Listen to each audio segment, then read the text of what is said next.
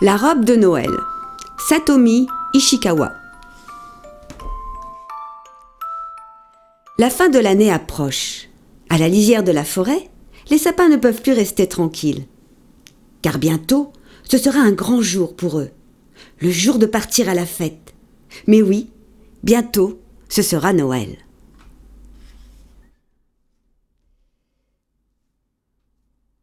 « Quelle robe voudrais-tu pour la circonstance ?» demande le plus grand à son voisin. « Ah, j'y réfléchissais justement. C'est une fête tellement importante pour nous. Oh oui, nous l'attendons depuis si longtemps. » Et chacun rêve et se demande quelle robe il portera pour la fête. Dans l'ombre de ces grands arbres, il y a un tout petit sapin qui les écoute. « J'ai toujours rêvé d'une robe de fleurs, » dit un sapin tout rond. « Qu'en pensez-vous ?»« Mais non, un arbre de Noël ne ressemble sûrement pas à ça. Noël n'est pas la fête du printemps, voyons. » Mais, à la vérité, aucun d'eux n'avait jamais vu d'arbre de Noël. Ils ne pouvaient qu'imaginer. « Noël, d'après ce que j'ai entendu dire, c'est la fête de la lumière, » déclare le grand sapin. « Oui, la fête de la lumière, » approuvent les autres. « Alors moi, » dit un sapin triangulaire, « je voudrais une robe pareille à l'heure du soleil couchant. J'en ai assez d'être verte toute l'année. »« Moi, j'ai toujours rêvé d'une robe arc-en-ciel, » dit un sapin bien touffu. Et le petit sapin les écoute émerveillé. «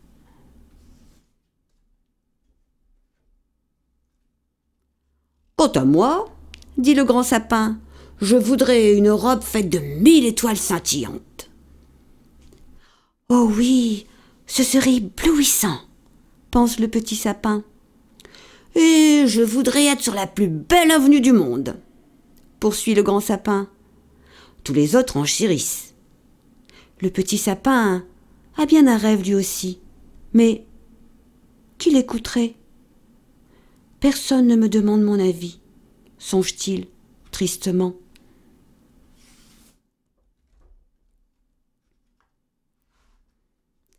Un beau matin, le petit sapin entend un bruit de voiture, puis de terribles grincements qui le font frémir jusqu'aux racines.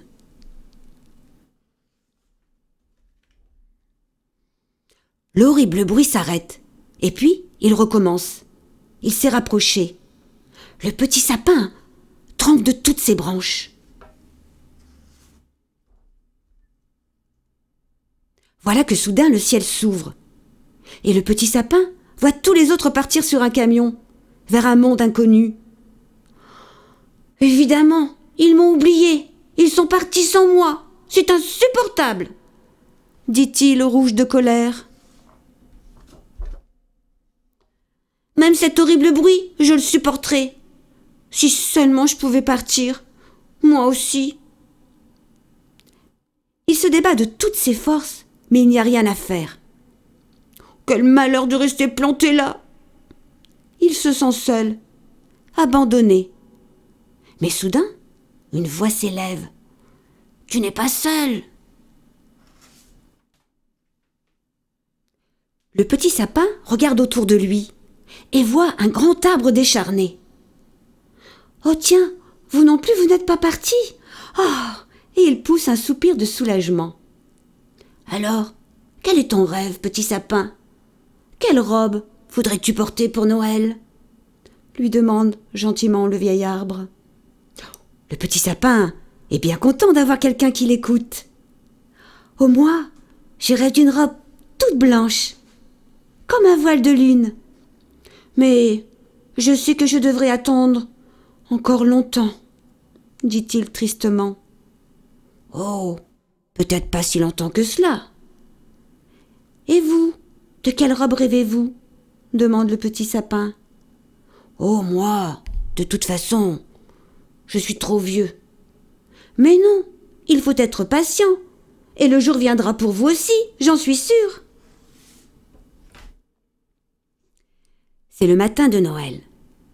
Lorsque le petit sapin s'éveille, il est surpris de voir une robe toute blanche descendre du ciel et se poser délicatement sur lui.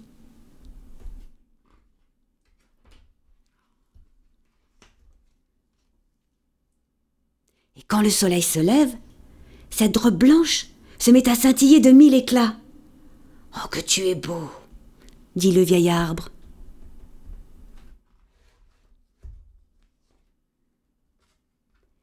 « Mais regardez, vous aussi !» s'exclame le petit sapin. Des oiseaux de toutes les couleurs se sont posés sur le vieil arbre et ils chantent de merveilleuses mélodies. « Ça alors, c'est incroyable ! C'est juste ce dont j'avais rêvé. Leurs chansons sont si délicieuses. Quel cadeau de Noël! J'en étais sûre, chante le petit sapin tout joyeux. Ainsi, ils passèrent ensemble le plus beau des Noëls.